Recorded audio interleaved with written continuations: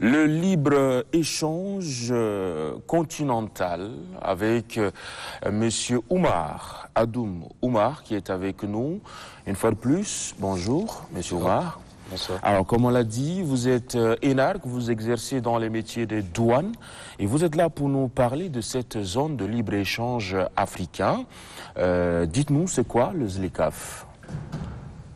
Bonjour, merci.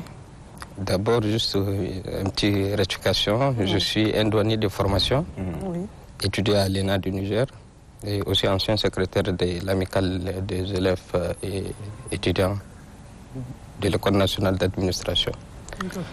D'abord, quant à la zone de libre-échange continentale, c'est un projet qui vise à libéraliser les échanges commerciaux, la libre circulation des personnes, des biens, des services et des capitaux. D'abord, c'est un projet phare de l'Union africaine dans son agenda 2063 qui vise à long terme à unifier l'Afrique, prospérer les économies africaines. Et aussi, la zone de libre-échange continentale, elle va aider le commerce africain à se prospérer. Voilà, c'est pour mettre un processus en place pour que les pays africains puissent se commercialiser entre eux. Mutualiser les forces. Mutualiser les fonds, oui. Faire le commerce entre eux. Voilà, en bref, c'est ça même l'objectif de la zone de libre-échange continentale. D'accord. Et aujourd'hui, on va dire faire le commerce entre eux. Quand on prend l'Afrique en général, on nous parle plutôt de libre d'échange en Afrique de l'Ouest, en Afrique centrale. On sent qu'il y a une séparation quelque part. Mais là, vous êtes en train de nous parler d'un système qui essaye d'uniformiser, on va dire, toutes ces organisations autour de ZLECAf. Comment se passent les échanges? Est-ce que c'est autant libre comme on le pense? Quand je prends l'Afrique de l'Ouest, je prends l'Afrique centrale. Parce que nous, en Afrique centrale, on se plaint beaucoup, je vous le dis carrément. Après la création de l'Organisation de l'Unité africaine en 1963, les États africains ont pensé à créer un espace économique. Bien sûr. L'organisation a eu des ambitions beaucoup plus politiques qu'économiques. Oui, c'est certain. Et en 1991, lors des traités d'Abuja, les États ont commencé à mettre des blocs économiques. C'est-à-dire l'Afrique centrale, l'Afrique de l'Ouest, l'Afrique australe, en créant des communautés économiques régionales qui vont pousser l'intégration à leur niveau. Et enfin, l'Union africaine va synchroniser ces communautés économiques existantes pour créer une zone de libre-échange continentale africaine. Vous voyez? Oui. D'abord, entre eux, les communautés économiques régionales, beaucoup ont eu des avancées dans la zone de libre-échange continentale en mettant en place un tarif extérieur commun et avoir un marché commun. Oui. Il y a d'autres qui ont poussé des avancées jusqu'à la création, le processus de la création d'une monnaie unique. À l'exemple de la CEDEAO. C'est ça l'objectif de l'Union africaine. Aujourd'hui, dans un monde où de plus en plus on parle de la mondialisation, de la globalisation, des échanges, il faut s'unir et faire le commerce entre nous. Voilà, pour prospérer. C'est ça même l'objectif, c'est d'unifier et avoir une Afrique intègre. Unifier l'Afrique, la zone africaine, surtout économiquement.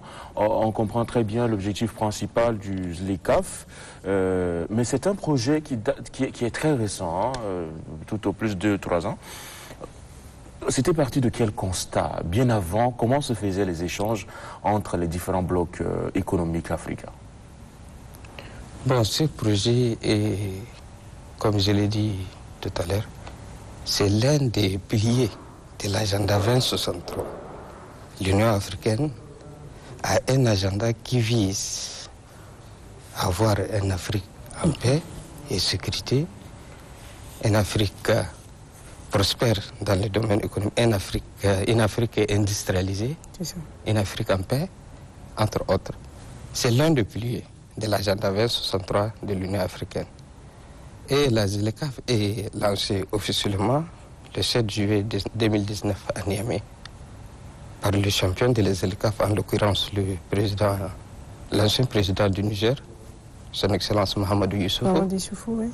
Voilà, lui, il est désigné le champion même de la ZLECAf, celui qui a fait le processus de signature et de ratification des accords des États et autres.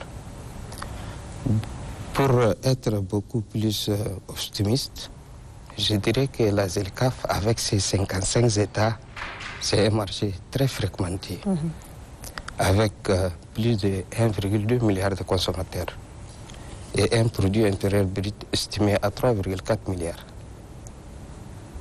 Donc le commerce entre les États va prospérer en libérant les barrières tarifaires et non tarifaires. D'accord. Quel est le processus d'intégration? Comment on peut faire? Qu'est-ce qu'on peut faire pour intégrer cette institution? Bon, le processus d'intégration en question, c'est, selon certains économistes, tels que Bella Bissala, oui. Si on parle du processus d'intégration économique, d'abord il faut parler de la zone de libre-échange. Après la zone de libre-échange, il faut mettre en place une union douanière avec un tarif extérieur commun. Oui. Et aussi mettre en place une union douanière et enfin une union politique économique. D'accord. Ça, c'est le processus d'une intégration, que ce soit entre les communautés ou bien d'une intégration régionale. À l'exemple de l'Union européenne. Oui. Aujourd'hui, le Tchad répond à tous ces critères. Bon, quant au Tchad, d'abord, il y a beaucoup de facteurs. Comme la ZLECAf vise à supprimer les contraintes douanières, c'est-à-dire la suppression des droits de douane et les barrières non tarifaires. Ouais. Nous sommes un pays dépendant des recettes douanières. Vous voyez? D'accord. Et nous exportons que 82% du pétrole et quelques matières premières, telles que l'or, la gomme arabique et autres. Oui.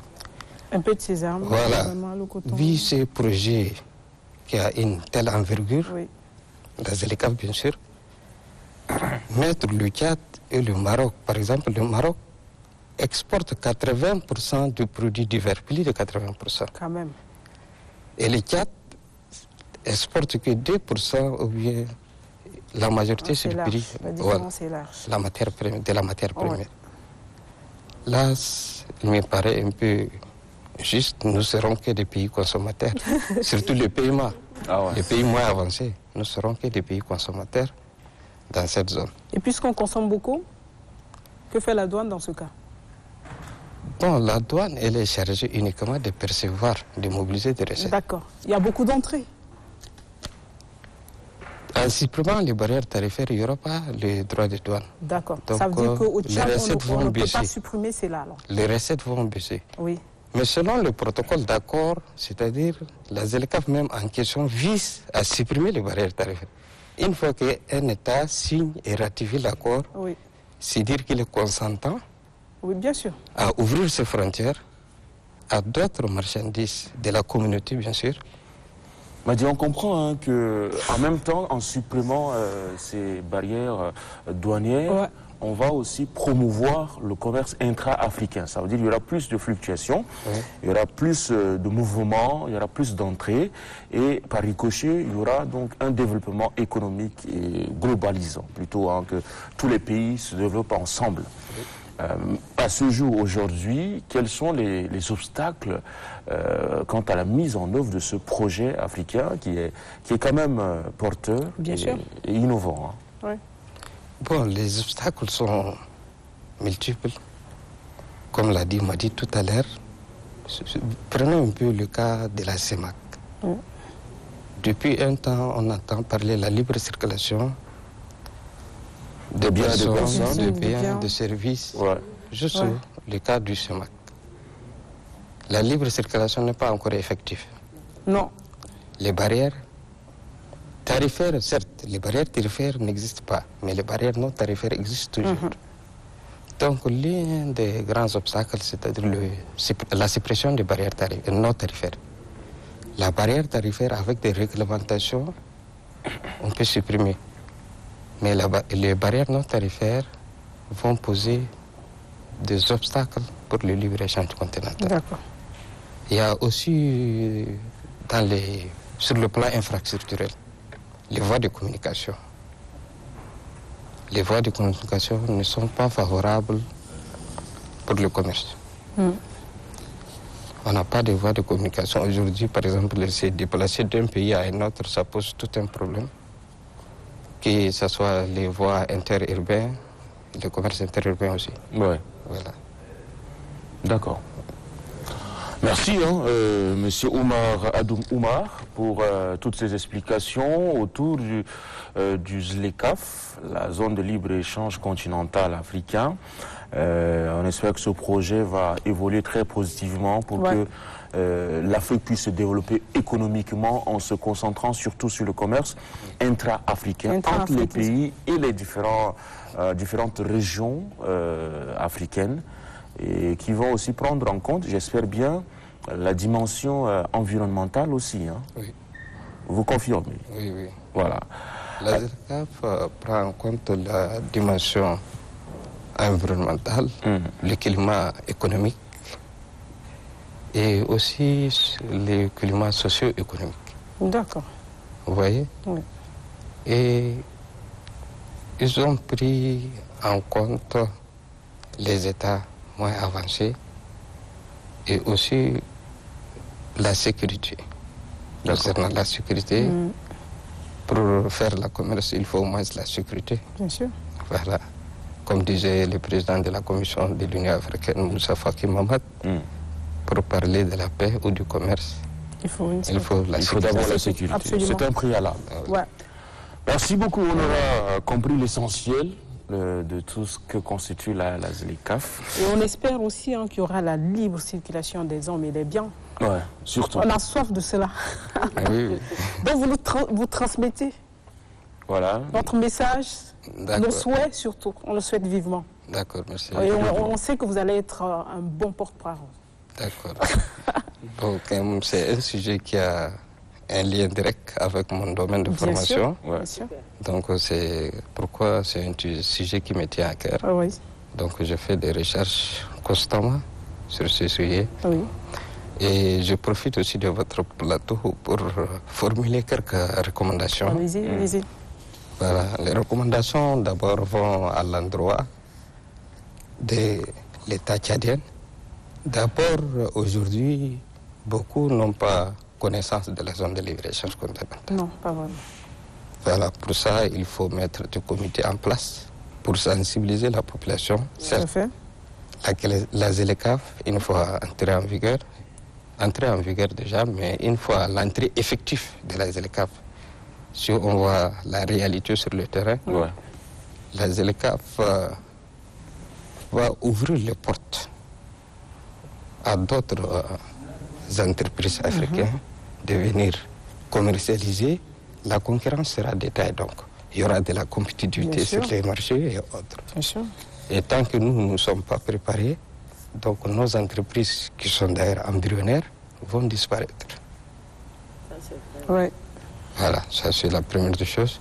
Et en secondo, concernant les voies de communication et autres, certes, l'Union africaine, en collaboration avec la Banque mondiale, a eu des financements sur la construction de la route qui quitte la Tanzanie, passée par le Niger, le Maroc, et ainsi de suite, le programme PIDA. Mais au niveau national, aussi, il nous faut un certain nombre de voies de communication. Absolument. Et aussi, il faut assainir notre environnement économique pour attirer beaucoup plus les investisseurs.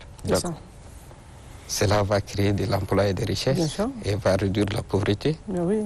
Et la question de l'emploi et autres. il y aura des migrations aussi en main-d'œuvre. Oui. Nos ressources humaines peuvent aller travailler dans d'autres pays. Bien sûr. Avec l'accord de la ZERCAF, comme il y a la libre-échange. C'est trop beau le projet. Voilà. Je commence à rêver là. Je suis emportée là. C'est trop beau. Merci beaucoup, M. Oumar. Merci. Voilà, merci d'être passé. Vous allez rester avec nous pour écouter Mota Blandine nous parler de beauté. Oui. Comme elle vous appréciait bien tout à l'heure. Hein. Comme ça, on va faire de sorte que les produits de beauté ne soient pas facturés quelque part. Surtaxés. Donc, est-ce que vous me permettez de clôturer? Mais justement, c'est ce que je vous disais, M. Oumar tantôt. J'ai dit que, il m'a dit tout à l'heure, en fait, ça faisait beaucoup de minutes. Et je lui ai dit que ça ne va pas être suffisant pour vous. Et voilà que ce n'est pas suffisant pour vous. Vous vous rendez compte de là? Allez-y, on va vous permettre cela. Peut-être on aura d'autres occasions aussi. Allez-y, très rapidement. Voilà, pour finir, je tiens d'abord à vous remercier. Et aussi le directeur de l'émission. Et aussi l'initiative L'Aleco, qui est une émission suivie par beaucoup de jeunes aujourd'hui. Et vous donner l'opportunité à des jeunes qui ont des ambitions dans les recherches. Venir s'exprimer ici, c'est aussi un lieu de débat des idées et d'échange. Bien sûr, bien sûr. Donc vraiment, c'est un plaisir. Et merci beaucoup. Merci, M. Oumar. Le plaisir est partagé. Merci d'être venu sur ce plateau surtout.